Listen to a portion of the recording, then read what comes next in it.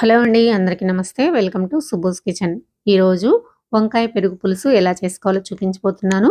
మనం పెరుగు పులుసు చాలా రకాలుగా చేసుకుంటూ ఉంటాం కదా!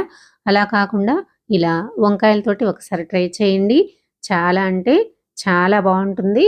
వేడి వేడి అన్నంలోకి ఇలా వేసుకొని తిన్నారంటే అన్నం మొత్తం ఈ పెరుగు పులుసుతోనే తినేస్తారు. అంత టేస్టీగా ఉంటుంది. తప్పకుండా ట్రై చేసి మీకు ఎలా వచ్చిందో కామెంట్ చేయండి. ముందుగా ఒక బౌల్ తీసుకొని అందులోకి ఒక కప్పు పెరుగును వేసేసుకుంటున్నాను. నేనైతే గడ్డ పెరుగు తీసుకున్నాను. మీ దగ్గర ప్యాకెట్ పెరుగు ఉంటే ప్యాకెట్ పెరుగునైనా కూడా యూజ్ చేసుకోవచ్చు.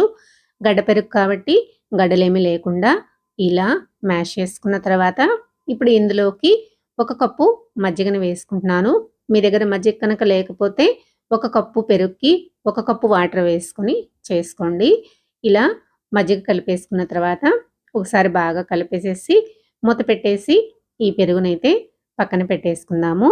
ఇప్పుడు 4 వంకాయలు తీసుకొని ఇలా రౌండ్‌గా కట్ చేసుకొని ఉప్పు వేసుకున్న వాటర్‌లోకి ఈ వంకాయ ముక్కలన్నింటినీ కూడా వేసేసి ఒకసారి ఉప్పు వాటర్‌లో ఇలా బాగా కలిపేసేసి వీటిని కూడా పక్కన పెట్టేసుకోండి. ఇప్పుడు స్టవ్ పైన ఒక పాన్ పెట్టేసుకొని 2 స్పూన్ల వరకు ఆయిల్ వేసేసుకొని ఆయిల్ హీట్ అయిన తర్వాత మనం ఉప్పు వాటర్‌లో వేసుకున్న వంకాయ ముక్కలన్నింటినీ కూడా ఇలా వేసేసుకొని ఒకసారి నూనెలో కలిసిపోయేలాగా ఇలా బాగా కలిపేసేసుకొని మూత పెట్టేసి 2 నిమిషాల పాటు మగ్గించుకుందాము. లేత వంకాయలైతే మనకి త్వరగా మగ్గిపోతాయి. టేస్ట్ కూడా చాలా బావుంటుంది. 2 నిమిషాల తర్వాత చూసారు కదా!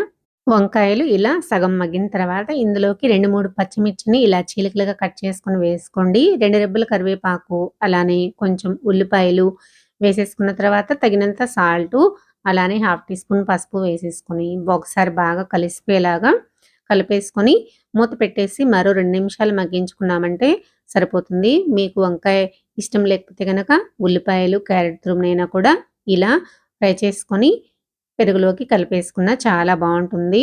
చూసారు కదా! ఇప్పుడైతే మనకి వంకాయలు బాగా మగ్గిపోయినాయి. ఇప్పుడు చివరగా ఇందులోకి హాఫ్ టీ స్పూన్ ధనియాల పౌడర్‌ని వేసేసుకొని ఒకసారి ఇలా బాగా కలిపేసేసుకొని స్టవ్ ఆఫ్ చేసుకోండి. ఇప్పుడు ఈ పెరుగులోకి వంకాయ ముక్కలన్నింటినీ కూడా ఇలా వేసేసుకొని ఒకసారి బాగా కలిసిపోయేలాగా కలిపేసుకోవాలి. మనము ముక్కల్లోకైతే ఇందాక సాల్ట్ వేసేసుకున్నాము కానీ పెరుగులోకి వేసుకోలేదు కదా! సాల్ట్ చెక్ చేసుకొని సాల్ట్ సరిపోకపోతే గనక సాల్ట్ వేసుకోండి. ఇప్పుడైతే వేరొక కళాయి పెట్టేసుకొని అందులోకి 2 టేబుల్ స్పూన్ల వరకు ఆయిల్ వేసేసుకొని ఎండుమిర్చిని ఇలా కట్ చేసి వేసుకోండి. పోపు దినుసులు వేసుకున్న తర్వాత ఆవాలు చిటపట్లాడేంత వరకు ఫ్రై చేసుకొని 2 రెబ్బల కరివేపాకు వేసేసుకొని స్టవ్ ఆఫ్ చేసుకొని పోపుని పెరుగులోకి వేసేసుకోండి.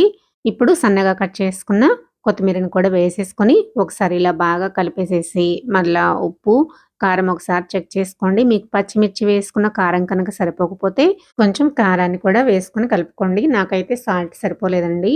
సాల్ట్ కొంచెం వేసుకొని ఇలా కలిపేసుకున్నాను.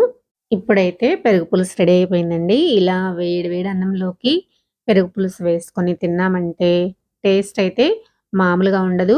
అన్నం మొత్తం ఇలా పెరుగుతోని తినేస్తారు. అంత టేస్టీగా ఉంటుంది.